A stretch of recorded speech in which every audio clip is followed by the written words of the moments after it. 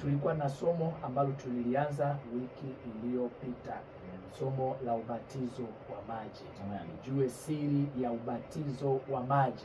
Hilo somo ambalo tulikuwa nalo na tulilianza wiki iliyopita, kwa kweli ilikuwa la baraka, na nilipata simu kutoka maeneo mbalimbali, wasikilizaji wakiwa na maswali, na mmoja akaniuliza, sasa mbona Mathayo 28:19 ina maana gani? Alikuwa ni mtu wa Mungu kutoka Vomero, anaitwa Daniel, akaniuliza swali hilo. Basi nafikiri tuanzie hapo, huenda na wasikilizaji wengine wana maswali. Kwa sababu tulihubiri tukaona kwa maandiko kabisa kwamba leo kuna mabatizo mengi. Wako watu wanaoruka moto, wako watu wanaopita chini ya bendera, wako watu pia wanaonyunyiza maji kichwani kwa jina la Baba, Mwana na Roho Mtakatifu. Lakini pia tukaona wako wanaobatiza kwa jina la Baba, Mwana na Roho Mtakatifu. Maji mengi, lakini tukarudi kwenye maandiko kwa sababu maandiko ndio yanaweza kutusaisha. Tuliona Biblia inasema kila neno lenye pumzi ya Mungu lafaa kwa mafundisho na kwa kuwaonya watu makosa yao. Kwa Biblia ndio inayoweza kutuonya wapi tumekosea. Biblia inaweza kutuonyesha ukweli. Na tukachunguza maandiko, wenzetu kwenye Biblia walibatizaje? Tukaona kwa maandiko, haleluya, na kwa historia, haleluya, kwamba katika Biblia nzima hakuna mtu aliyewahi kubatizwa kwa kuruka moto. Hakuna mtu aliyewahi kubatizwa kwa kupita chini ya bendera. Hakuna mtu aliyewahi kubatizwa kwa kunyunyiza maji kichwani. Hayupo. Ni uongo, si kweli, si neno la Mungu. Na tukaona pia hakuna mtu aliyewahi kubatizwa katika jina la Baba na Mwana na Roho Mtakatifu, hata mmoja kwenye Biblia nzima. Na nikatoa rai na ninarudia tena, kama utampata msikilizaji, una ofa ya nyumba yangu pale Mkundi. Natangaza hadharani na tuko redioni. Ukimpata tu mtu mmoja katika Biblia yako aliyebatizwa kwa jina la Baba na Mwana na Roho Mtakatifu kwenye Biblia nzima, nitakupa hati yangu ya nyumba Mkundi. Una nyumba bure, na unaweza ukatuma ujumbe hapa hapa kwenye simu, tukatangaza na wasikilizaji wote wakisikia, kwa sababu tuna uhakika na tunachokihubiri, tuna uhakika na neno la Mungu. Hakuna aliyewahi kubatizwa kwa jina la Baba na Mwana na Roho Mtakatifu kwenye Biblia nzima, hayupo. Na tulisoma historia, tukaona kanisa la kwanza kuanzisha ubatizo huo lilikuwa ni kanisa Katoliki. Mwaka karne ya pili tulisoma na tukaona ubatizo kwa jina la Baba na Roho Mtakatifu ulianza baada ya fundisho la Utatu Mtakatifu kuanzishwa na mtu anaitwa Tertullian. Tulisoma historia na tukathibitisha hayo. Sasa leo nataka tuone tofauti kati ya Mathayo 28:19 na Matendo 2:38. Sababu msikilizaji mmoja aliniambia, haleluya, sisi hatuwafati mitume, tunamfata Yesu. Kana kwamba mitume wametofautiana na Yesu. Haleluya. Sasa tutakuwa tuna kitabu gani? Mbona kitabu cha kusikitisha sana. Biblia haijipingi. Ni wewe ndio hujapata ufunuo ambao mitume waliupata. Na kwa msaada wa Mungu leo tutaangalia. Haleluya. Naomba mtumishi wa Mungu Abeli nisomee moja kwa moja Mathayo 28 mstari wa 19 na wa 20. Amen. Basi enendeni mkawafanye mataifa yote kuwa wanafunzi, mkiwabatiza kwa jina la Baba na Mwana na Roho Mtakatifu. Rudia tena, mkiwabatiza.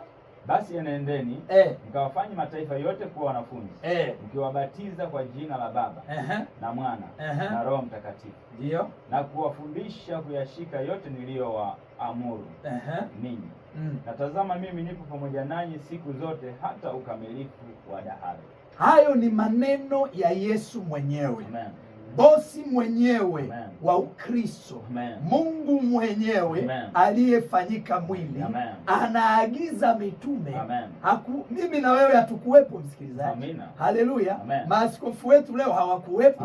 Haleluya. Waliokuwepo ni Petro na wenzake 10, kwa sababu Yuda alikuwa ameshajinyonga, wakawa wamebaki 11. Ukisoma mistari inayotangulia pale, hao 11 walipomwona Yesu, Yuda alikuwa ameshajiua tayari. Sasa Yesu akawaagiza hawa 11. Amen. Haleluya. Amen. Enendeni mkawafanye mataifa yote kuwa wanafunzi. Amen. King James inatumia neno mkafundishe kwa mataifa yote. Amen. Teach all nations. Mkawafundishe mataifa yote. Amen. Walafu wakisha kubali, wakisha amini, Yesu anasema mkawabatize kwa jina la Baba. Amen. Haleluya. Amen. Na Mwana. Amen. Haleluya. Amen. Na Roho Mtakatifu. Hiyo ni Bwana Yesu anasema. Sasa tuone Matendo 2:28. Yesu anawaagiza mitume kina Petro, kina Yohana na wenzao wote wakawafanye watu kuwa wanafunzi. Wakisha kubali kuwa wanafunzi, wabatizwe kwa jina la Baba. Haleluya. Na Mwana. Haleluya. Na Roho Mtakatifu. Jina la Bwana libarikiwe sana. Sasa twende kwenye utekelezaji wa agizo. Lilipoanza kutekelezwa na hao mitume, hao walioagizwa na Yesu, walitekelezaaje? Tuanze Matendo 2:36. Amen. Basi nyumba yote ya Israeli na wajue yakini ya kwamba Mungu amemfanya Yesu huyu mliyemsulubisha kuwa Bwana na Kristo. Mungu amemfanya. Amen. Huyu ni Petro anaongea, akiwa amejazwa Roho yule aliyekuwa ndani ya Yesu. Yule aliyetoa maagizo kupitia Yesu Kristo. Sasa amekuja ndani ya Petro. Anaanza kuwaambia watu, huyu Yesu mliyemsulubisha huyu Yesu mliyemuua huyu ndiye Bwana mwenyewe, ndiye bosi mwenyewe, ndiye Kristo mwenyewe. Sasa alipowaambia maneno haya, Biblia inaendelea kusema walipoyasikia haya wakachomwa mioyo yao. Wakachomwa, wakahukumiwa, mioyo yao ikapata hatia. Jina la Bwana libarikiwe sana.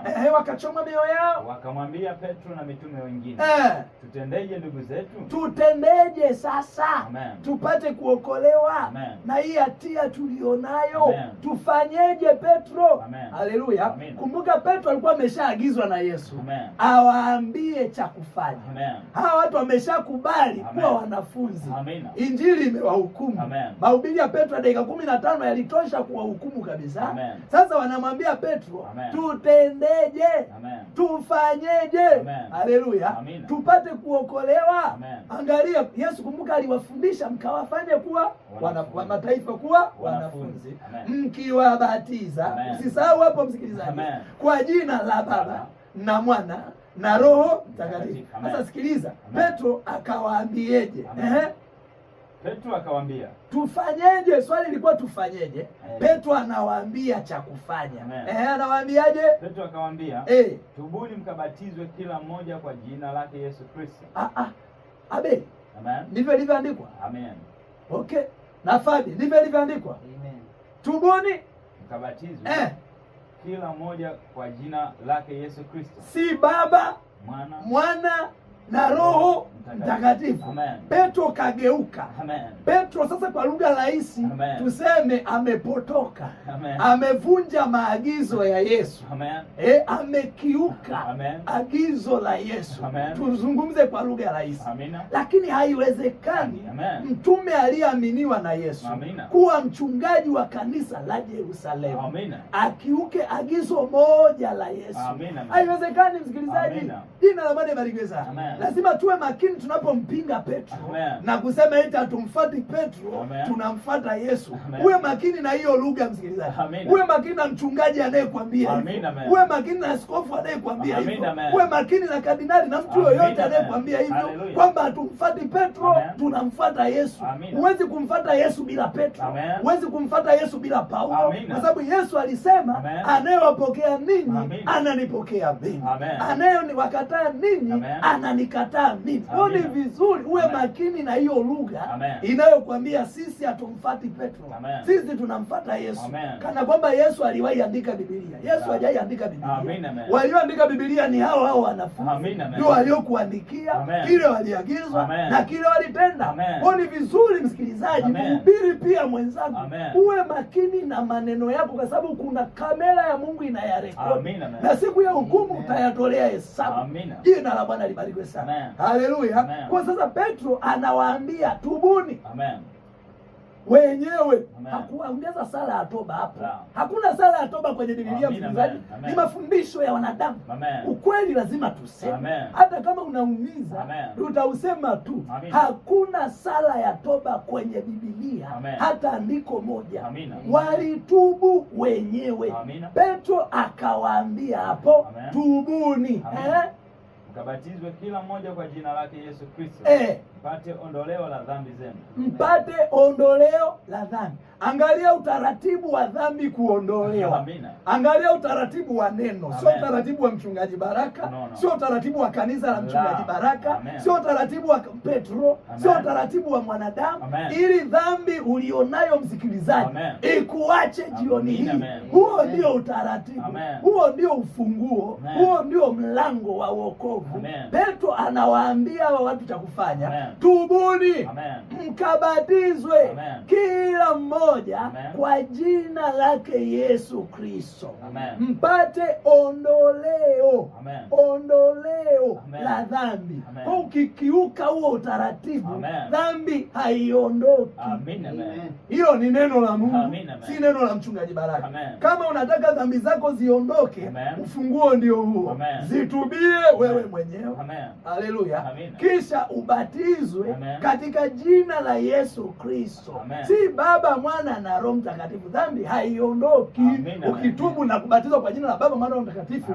Hilo jina la Baba haliondoi dhambi. Hatuna andiko linalosema Baba inaondoa dhambi, Mwana inaondoa dhambi, Roho Mtakatifu inaondoa dhambi. Hakuna andiko. Ni jina la Yesu Kristo pekee linaloondoa dhambi. Hiyo ni Biblia. Jina la Bwana libarikiwe sana. Tubuni mkabatizwe kila mmoja kwa jina lake Yesu Kristo. Mpate ondoleo la dhambi zenu. Nanyi mtapokea kipawa cha Roho Mtakatifu. Na ndipo Roho wa Mungu atakapoingia. Haingii ukifoji hiyo kanuni. Unaweza ukapata upako wake ukanena kwa lugha, ukafanya miujiza, ukafufua mpaka wafu. Huo ni upako tu wa Roho Mtakatifu. Roho Mtakatifu mwenyewe halisi, haleluya, ana kanuni, ana utaratibu. Password ya kumpata ni Matendo 2:38. Ukitaka Roho Mtakatifu anapatikana Matendo 2:38. Nje ya hapo unaweza pata kitu kingine. Unaweza kupata roho nyingine yoyote, ukapata na mpaka upako, ukafanya miujiza. Lakini tuko hapa kukuonyesha neno linavyosema, vile neno lisemavyo. Jina la Bwana libarikiwe sana. Tubuni mkabatize katika jina la Yesu Kristo mpate ondoleo la dhambi zenu, nanyi mtapokea kipawa cha Roho Mtakatifu. Hiyo sasa ni Biblia. Jina la Bwana libarikiwe sana. Sasa unaweza ukaniuliza msikilizaji, mbona Petro anakanyaga maagizo ya Yesu? Haleluya. Au hakumuelewa Yesu? Au wewe mhubiri mwenzangu umemuelewa Yesu kuliko Petro? Ni vizuri tujiulize. Haleluya. Au mimi Baraka nimemuelewa Yesu kuliko Petro? Ni mambo ya kutafakari. Jina la Bwana libarikiwe sana. Haleluya. Haleluya. Kwa swali linakuja, kwa nini Yesu awaagize wabatize katika jina la Baba, Mwana na Roho Mtakatifu? Alafu wote Petro, Filipo, haleluya, na Paulo na wenzake wote wageuke, waanze kubatiza kwa jina la Baba na Mwana na Roho Mtakatifu. Kuna shida gani kwenye hii Biblia? Kuna tatizo gani kwenye hii Biblia? Je, Biblia inajipinga? Je, Biblia inageuka? Hapana. Kitakuwa kitabu cha ajabu kama kitajipinga. Mungu atakuwa anajipinga mwenyewe. Jina la Bwana libarikiwe sana. Siri iko hapa msikilizaji. Nisikilize sasa kwa makini. Wewe ambaye nilikuacha na swali kama hilo, Matendo 2:38 na Mathayo 28:19 havihitilafiani. Haleluya. Kuna wengine walisema ili andiko sijui lilitafsiriwa vibaya na tafsiri ikafutwa. Hapana. Amen. Hapana. Amen. Soma tafsiri zote ni hivyo hivyo. Amina. Haleluya. Amen. Yesu aliliweka hivyo hivyo kwa jina la Baba na Mwana na Roho. Aliliweka hivyo hivyo akijua mteule ana mbegu ya Mungu inaweza kupambanua katikati ya hiyo mistari ikatambua jina la Baba ni nani. Amina. Yesu aliiweka iwe jiwe la kujikwaa. Wengine wajikwaa hapo wadondokee kuzimu na wengine waokolewe hapo hapo. Ndivyo Mungu alivyoliweka hili. Ni vizuri uwe makini sana msikilizaji. Jina la Bwana libarikiwe sana. Sasa tofauti, ukweli ni kwamba Biblia haijipingi popote. Amina. Biblia haina itilafu yoyote. Amen. Biblia haina kosa lolote. Mpaka uweze kusema eti mimi namsikiliza Petro, namsikiliza Yesu, simsikilizi Petro. Wewe ndio una matatizo. Amina. Wewe ndio uko na shida. Amina. Wewe unayesema maneno ya aina hiyo uko na shida. Amen. Na niko hapa kushughulika na hiyo shida kwa jina la Yesu. Ikuache kwa sababu itakuzuilia mbingu. Msikilizaji. Jina la Bwana libarikiwe sana. Biblia haina kasoro, haijipingi popote. Kwa nini? Kila neno la Mungu limehakikishwa. Kitabu cha Mithali sura ya 30 mstari wa 5 na wa 6. Usijaribu kukosoa Biblia msikilizaji, ukajaribu kumkosoa hati Petro, hati Paulo. Uwe makini sana, usije ukabeba hukumu isiyo kuhusu. Jina la Bwana libarikiwe sana. Mithali 30 mstari wa 5 na wa 6. Kila neno la Mungu limehakikishwa na Mungu mwenyewe. Amen. Soma ndugu. Kila neno la Mungu limehakikishwa. Yeye ni ngao yao wamwaminio. Kila neno la Mungu Biblia inasema limehakikishwa. Hata la Matendo 2:38 limehakikishwa. La Mathayo 28 limehakikishwa. Kila neno la Mungu limehakikishwa. Yeye ni ngao yao wamwaminio. Usiongeze neno katika maneno yake. Angalia mhubiri mwenzangu. Amen. Angalia msikilizaji. Amen. Angalia mshirika. Amen. Angalia shemasi. Amen. Neno linakataa kuongeza chochote. Neno linakataa kupunguza chochote. Amina. Usiongeze neno katika maneno yake. Amen. Asije akakulaumu. Asije akakulaumu. Ukaonekana mwongo. Wewe ndio utakayeonekana mwongo. Amen. Ukisema simsikilizi Petro, wewe ndio utakayeonekana mwongo. Amen. Ni vizuri uwe makini na mambo haya. Jina la Bwana libarikiwe sana. Kwa hiyo sasa, watu wanasema mimi siwezi kumsikiliza Petro. Ngoja nikupe nyingine hii. Wala siwezi kumsikiliza Paulo. Nasikiliza Yesu tu. Wagalatia 1 mstari wa 8 na wa 9. Uone hawa mitume kama walijitungia. Na walikuwa jasiri. Haleluya. Na injili waliokuwa wakihubiri. Galatia 1 mstari wa 8 mpaka wa 12. Hem, soma mtumishi wa Mungu. 8 hadi wa 12. Lakini ijapokuwa sisi au malaika wa mbinguni, ijapokuwa sisi mitume. Amen. Sisi kina Paulo. Amen. Sisi mitume. Amen. Au malaika wa mbinguni. Atawahubiri ninyi injili yoyote isipokuwa hiyo tuliyowahubiri. Atawahubiri ninyi injili nyingine. Amen.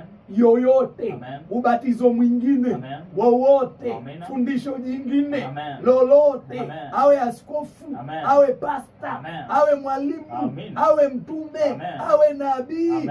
Ijapokuwa sisi au hata malaika wa mbinguni. Yaani kama mitume wakikengeuka, wayaache mahubiri yao haya yaliyoandikwa huko, walioyanena, walete mengine. Au aje malaika pakanga au Gabriel au Mikael awahubiri injili nyingine. Isipokuwa isipokuwa hiyo tuliyowahubiri. Isipokuwa hiyo tuliyowahubiri. Sio aliyohubiri Yesu. Sikiliza Biblia. Amen. Haleluya. Sio aliyohubiri Yesu. Amen. Waliohubiri mitume. Amen. Amina. Amina. Kwa sababu Yesu alikuwa ndani yao. Ndiye mhubiri ndani yao. Amina. Ama malaika au Paulo mwenyewe awahubiri injili nyingine tofauti na hii. iliyoandikwa kwenye Biblia. Awaletee ubatizo mwingine tofauti na huu tuliousoma, Matendo 2:38. Paulo anasema na alaaniwe. Paulo ana ujasiri wa kulaani mpaka malaika. Kwanza alikuwa na uhakika na injili yake kiasi gani, alafu unasema simsikilizi Paulo. Pole msikilizaji, leo tuko hapa kukupasha habari za neno la Mungu. Paulo anasema na alaaniwe, hata awe ni malaika, hata awe ni Gabriel, hata kutokea na waka zaidi ya jua akakueleza injili ingine tofauti na ya Paulo, tofauti na ya Petro. Maandiko, Biblia inasema na alaaniwe. Hebu tafakari kidogo, wahubiri wangapi leo wako chini ya laana? Maaskofu wangapi na wewe unawafuata wakati kweli unaisikia? Jina la Bwana libarikiwe sana. Mimi ningekushauri fuata neno la Mungu. Neno ni uzima. Askofu wetu hana mbingu. Kanisa langu halina mbingu. Lakini Biblia ndio mbingu. Kwa fuata neno la Mungu linavyosema, batizwa vile neno la Mungu linasema, utakuwa salama. Atahubiri injili nyingine tofauti na hii na laaniwe. Na niko hapa natangaza, si mimi ninayesema, tunasoma Biblia. Na laaniwe. Kama ni mchungaji wako, kama ni mchungaji Baraka, kama ni nani akihubiri injili nyingine tofauti na ya Paulo, tofauti na ya Petro, Biblia inasema hadharani na laaniwe. Hii inatisha. Kama tulivyotangulia kusema, kwa mstari wa 9 anarudia tena. Kama tulivyotangulia kusema, na sasa anasema tena, mtu awaye yote akiwahubiri ninyi injili yoyote isipokuwa hiyo mlioipokea na alaaniwe. Sasa swali linakuja, umepokea injili gani? Maana Paulo anasema isipokuwa hiyo mlioipokea. Anaongea na Wagalatia. Kuna injili walikuwa wameshapokea. Sasa na mimi swali linakuja na kwako wewe msikilizaji, na wewe umepokea injili gani? Ni ile walipokea Wagalatia au nyingine? Haleluya. Ni ile walihubiriwa Galatia au ni nyingine? Haleluya. Ni vizuri uwe makini. Usiende kanisani kwa kufuata mkumbo. Ati eti ni dini ya baba, ati ni dini ya ukoo. Hakuna mbingu ya ukoo. Mbingu ni ya neno. Jina la Bwana libarikiwe sana. Bila neno hakuna mbingu. Tunaongea hadharani. Yesu alisema mbingu na nchi vitapita, neno langu halitapita kamwe. Kwa kama uko nje ya neno, na wewe utapita. Mbingu zinapopita na wewe utapita nazo. Lakini kama uko kwenye neno, uko salama msikilizaji. Na niko hapa kumpana kwa ayala ukisi msikilizaji, katika jina la Yesu Kristo. Dumu na neno. Acha maneno ya wanadamu, acha mawazo ya wanadamu, acha mawazo ya theolojia. Kama yako nje na Biblia, baki na Biblia, utakuwa salama. Hata malaika kutoka mbinguni akiwahubiri injili nyingine tofauti na hii mlioipokea, na alaaniwe. Na alaaniwe. Laana inatajwa mara 2.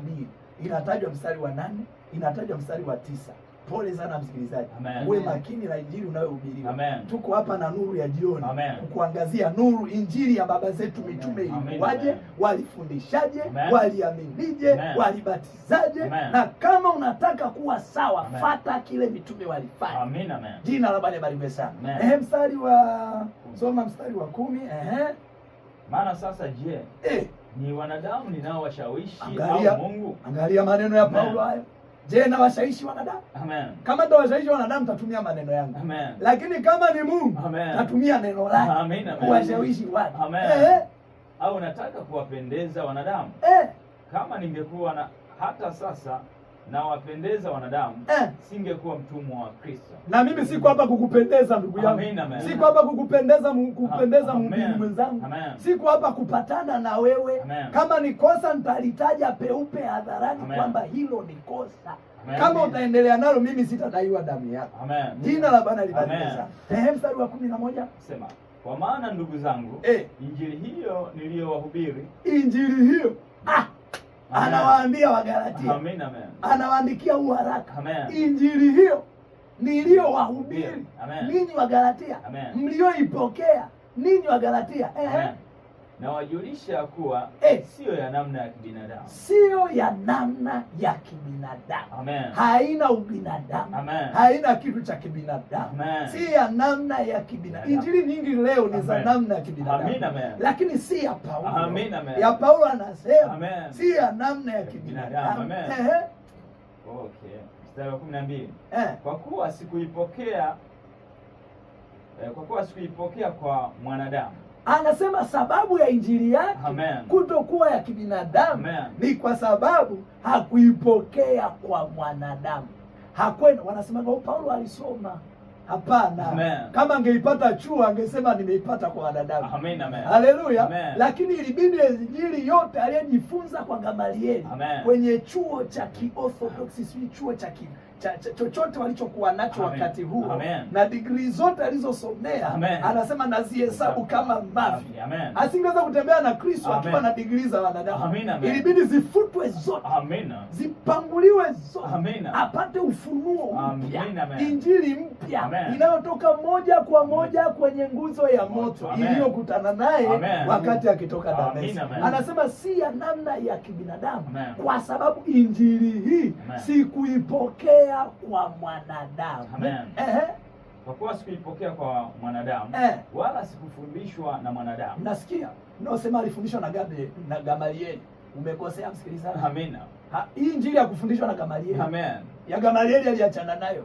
Ya kushika Torati na vitu hivyo vingine na sabato hizo na hayo mambo aliachana nayo. Akapewa ufunuo mpya, brand new, kutoka mbinguni, kutoka kwenye kiti cha enzi. Na anasema hii injili sikuipokea kwa mwanadamu. Hakuipokea chuoni.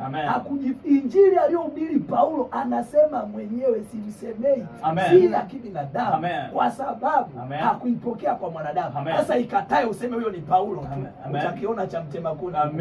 Jina la Bwana libarikiwe sana. Sikuipokea kwa mwanadamu.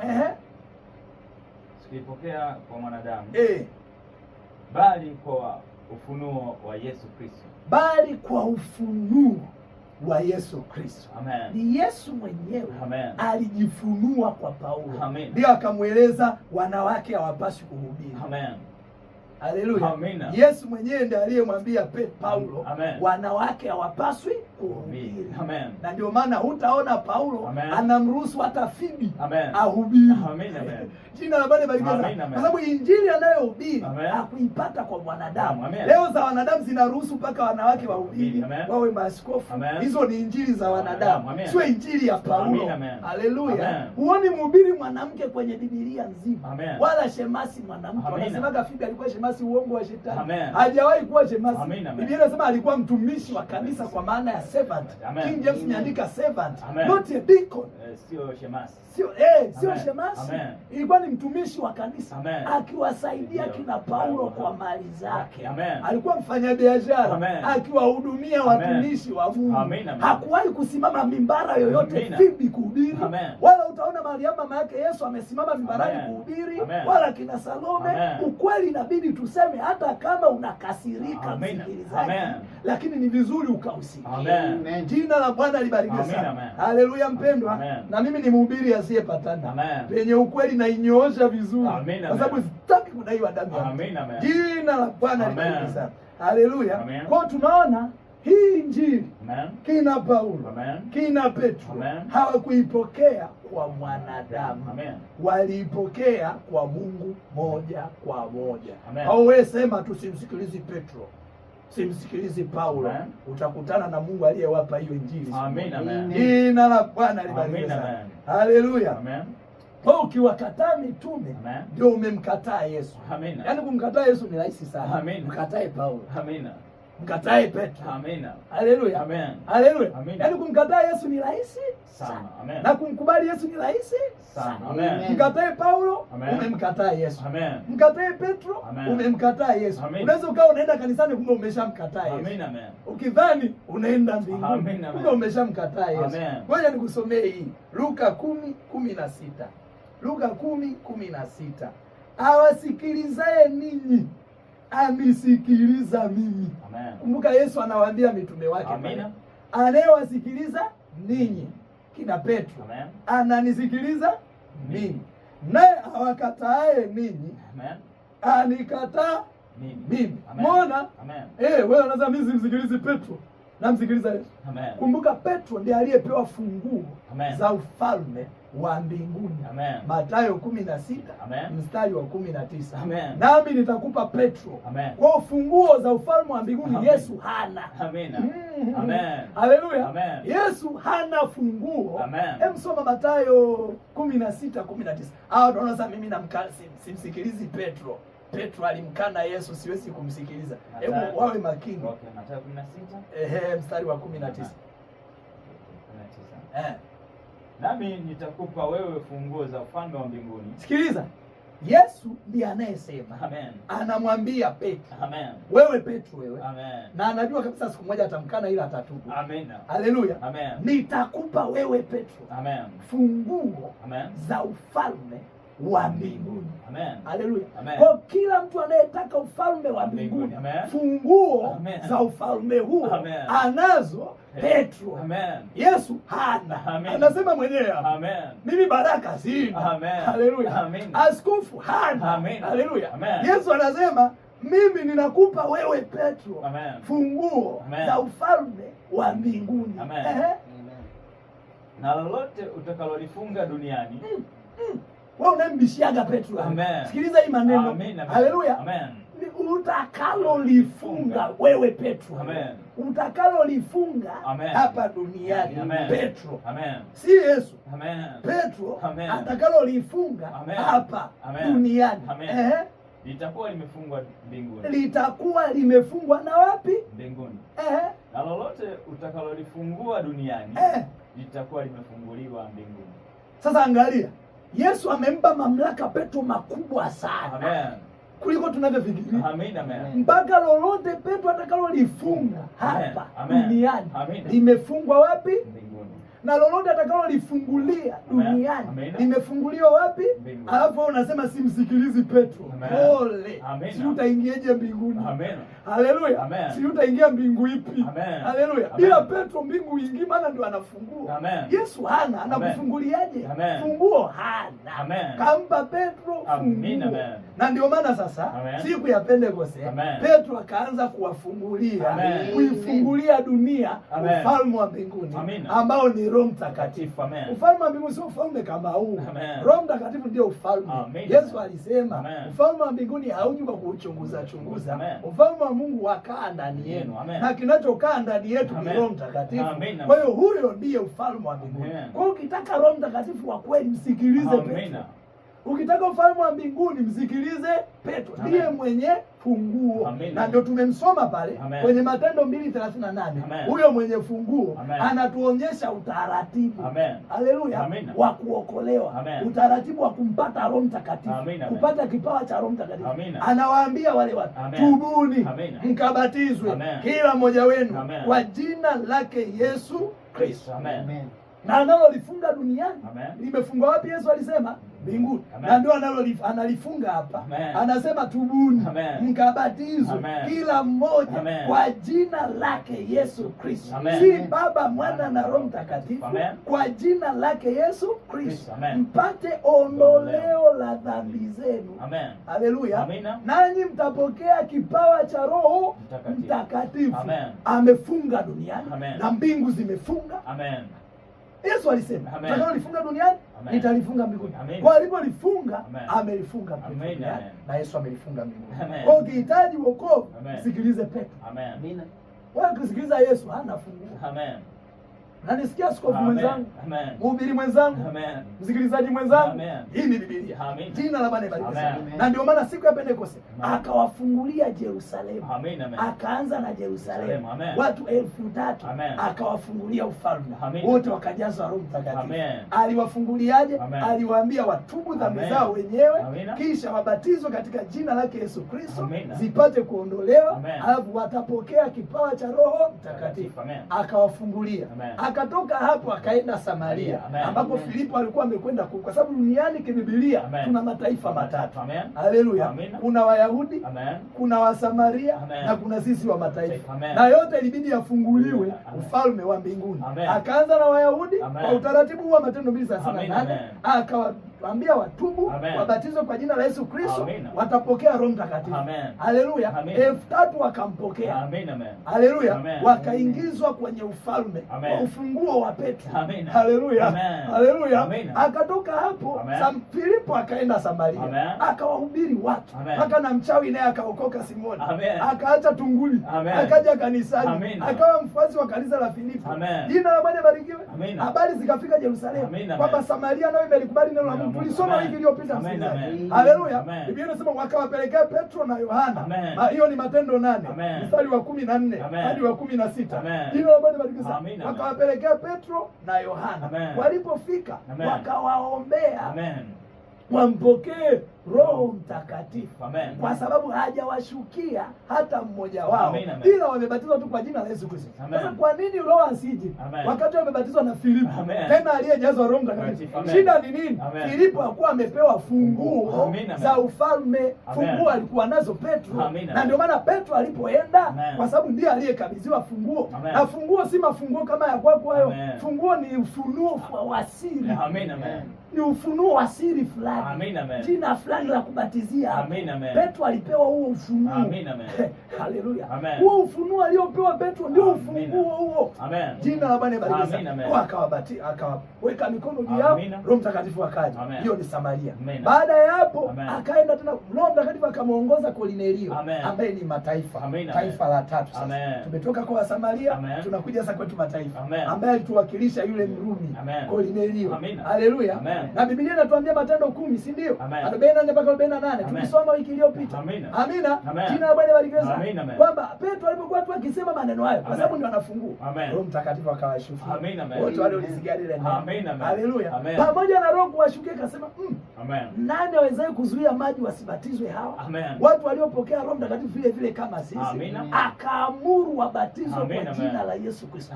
Hata kama wameshajazwa Roho Mtakatifu, lazima wabatizwe sawa sawa na ufunguo unavyosema. Sasa wewe msikilizaji, tuambie funguo zako umezituokota wapi? Haleluya. Je, zitafungua mbingu? Hakuna. Nina mashaka nazo. Jina la Bwana barikiwe.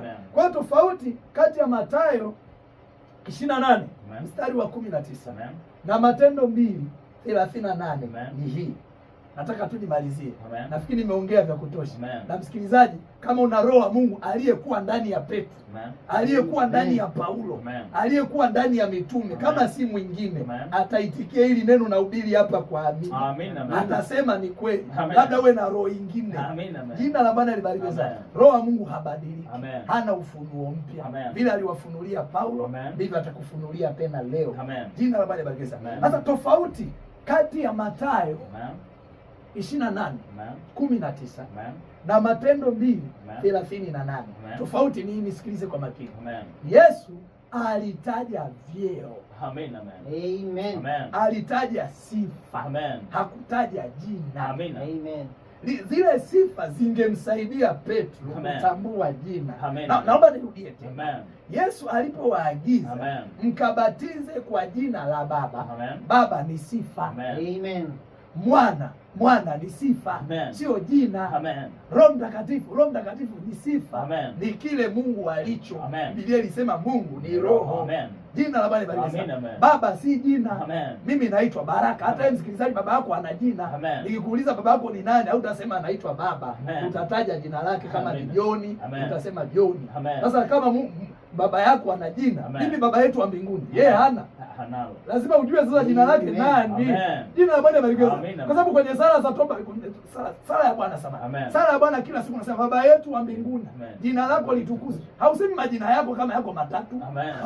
Jina la Bwana barikiwe. Unasema jina lako litukuzwe. Maana yake huyu baba wa mbinguni ana jina. Sasa ni lipi? Petro alipata ufunuo wa hilo jina la huyo baba wa mbinguni. Ndicho Yesu alikuwa anamaanisha, jina la huyo baba ndio mkawabatizie hao watu. Msikilizaji, upo? Jina la Bwana barikiwe sana. Haleluya. Mkawabatize kwa jina la huyo baba. Kwa hiyo ilibidi awafundishe kwanza huyu baba anaitwa nani. Haleluya. Na utaona Yohana sura ya 6 mstari wa 10. Hebu anza mstari wa 6. Yohana 6. Tunataka nimalize hii shida kabisa leo. Yohana 6 mstari wa 6.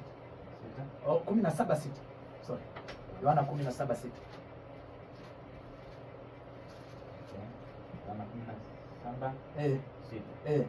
Jina lako nimewadhihirishia watu wale ulionipa katika ulimwengu. Sikiliza maneno ya Yesu. Amen. Jina lako lilokuwa limefichwa kote kwenye agano la kale, halijulikani. Mimi nimewadhihirishia.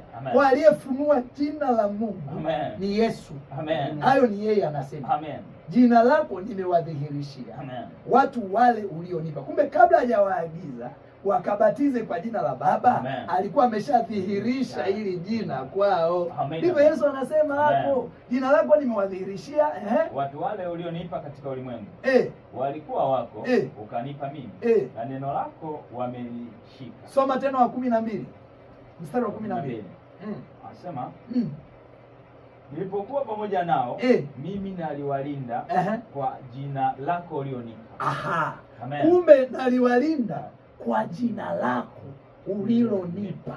Kumbe jina lile lile la Baba likawa la Mwana. Si anasema Yesu, kwa jina lako ulilonipa. Unaona maandiko yako wazi, hata upotea unapotea mwenyewe. Kwa hiyo tumeshapata jibu. Jina la Baba ni lile lile la Mwana. Yesu ni Mwana. Tuchukue tu hivyo hivyo, tufundishe siku nyingine. Jina la Bwana bariki sana. Baba, kwa jina lako ulilonipa lilikuwa la Baba, likawa la Mwana. The same name, jina lile lile. Mstari wa 26. Nasema nami naliwajulisha jina lako. Nami naliwajulisha jina lako. Tena nitawajulisha hili. Na sasa yuko hapa kukujulisha tena na wewe msikilizaji. Aliwajulisha mitume, sasa anakujulisha na wewe.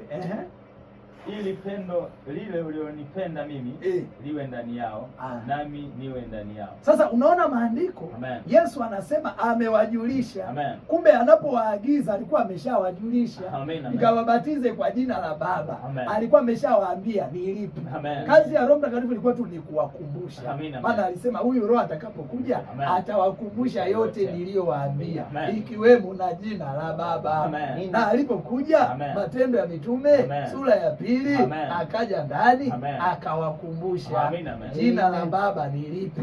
Na ndio maana Petro alifahamu. Ndio maana Yesu kwenye Mathayo 28 hakusema tu mkawafanya mataifa kuwa wanafunzi mkiwabatiza kwa majina ya Baba, kana kwamba ni majina mengi. Unajua usome Biblia vizuri. Alisema kwa jina la Baba moja. Na tena hakusema kwa jina la Baba na la Mwana na la Roho, pia angekuwa matatu. Hakuna la pale kwenye Biblia yako. Ingawa unapowabatiza watu hivi Biblia zangu unasiwekaga la pale. Hazipo. Soma Biblia yako vizuri. Inasema kwa jina la Baba, na Mwana na Roho. Manake ni jina moja, ndio hilo hilo la Baba, ndio hilo hilo la Mwana, ndio hilo hilo la Roho Mtakatifu. Huo ndio ufunuo wa Biblia. Jina la moja ndio hilo hilo la Baba na Mwana, kwa sababu ni mtu huyo huyo mmoja. Alikuwa Baba Agano la Kale, akaitwa Bwana. Alipofanyika mwili Agano Jipya, akawa Mwana, akaitwa Yesu. Agano la Kale aliitwa Bwana. Ngoja niisome haraka hapa, nafikiri ipo. Jina la Bwana libarikiwe sana. Aliitwa nani? Bwana. Isaya 42:8. Isaya 42:8 inasema hivi, mimi ni Bwana ndilo jina langu. Hii ni Agano la Kale, Isaya. Mimi ni Bwana ndilo jina langu, na utukufu wangu sitampa mwingine, wala sitawapa sanamu sifa zangu. Haya, Kutoka 15 mstari wa 3. Kutoka 15 mstari wa 3 inasema Bwana ni mtu wa vita. Bwana ndilo jina lake. Kwa jina lake katika Agano la Kale aliitwa Bwana, na Agano la Kale alitenda kazi kama Baba. Alipotenda kazi kama Baba akaitwa jina Bwana. Lakini alipokuja kukomboa alifanyika mwili huyo huyo Bwana, akawa Yesu. Sababu Biblia inasema Yesu ni Bwana. Kwa hiyo Yesu na Bwana ni mtu yule yule. Hiyo ni maandiko. Biblia za kila ulimi ukiri kwamba Yesu Kristo ni Bwana, ya herufi kubwa. Kumbe Yesu ndiye Jehova mwenyewe, ila tu kajifunika mwili wa kibinadamu, sababu yeye ni roho, hawezi kufa, ibidi avae mwili ili aweze kuonja mauti. Kwa utaona alipofanyika mwanadamu, Bwana huyo huyo akaitwa jina Yesu. Amen. Unanisikiliza vizuri mzee? Alipokuwa Baba aliitwa Bwana. Amen. Alipokuwa Mwana akaitwa Yesu. Amen. Alipokuja kama Roho Amen. akaitwa Kristo. Amen. Haleluya. Haleluya. Akaitwa Kristo. Yesu pia alisema huyu Roho ambaye Baba atampeleka kwa jina langu. Naona Roho naye anakuja kwa jina hilo hilo. Amen. Amen. Kwa mitume wakaelewa, kumbe jina la hizi sifa tatu ni Bwana Yesu Kristo. Na ndio maana pale ambapo Yesu alisema mkawabatize kwa jina la Baba, Petro akasema Bwana. Amen. Haleluya. Mwana, Yesu aliposema kwa jina la Mwana, Petro akasema Yesu. Haleluya. Pale Yesu aliposema Roho Mtakatifu, kwa jina la Baba, Mwana na Roho Mtakatifu, Petro akasema Kristo. Kwa kuwabatiza kwa jina la Baba, Mwana na Roho Mtakatifu ni kuwabatiza kwa jina la Bwana Yesu Kristo. Na ndio maana kote kwenye Biblia kila mtu, haleluya, watu 812 walibatizwa katika jina la Bwana Yesu Kristo. Historia imethibitisha na maandiko yamethibitisha. Natumaini maswali mengi ya wasikilizaji yamejibiwa kwa maneno haya. Ni vizuri ukafuata Biblia.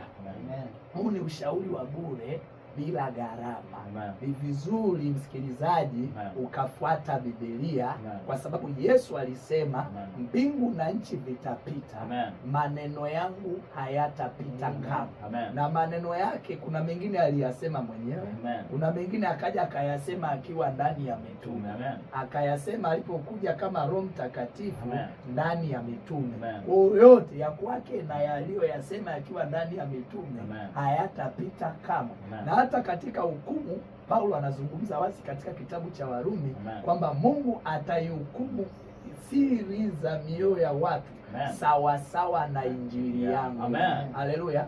Sawa. Kwa Mungu akitaka atakapohukumu dunia, hata hukumu kwa injili ya Yesu. Haleluya. Hata hukumu kwa injili nyingine, atahukumu sawa sawa na injili ya Paulo. Kwa sasa unapomkataa Paulo, kuna hukumu inakungojea. Paulo hakuwahi kubatiza mtu kwa jina la Baba, Mwana na Roho Mtakatifu. Paulo hakuwahi kuruhusu mwanamke kuwa mhubiri. Paulo hakuwahi kufanya hayo. Sasa siku ya hukumu utakutana na hiyo injili ya Paulo, itakuhukumu. Kwa ni vizuri uwe makini na injili za hawa mitume, kwa sababu mbingu zimethibitisha mpaka Yesu aliwapa na ufunguo. Baada ya kusema hayo, niseme Mungu akubariki sana.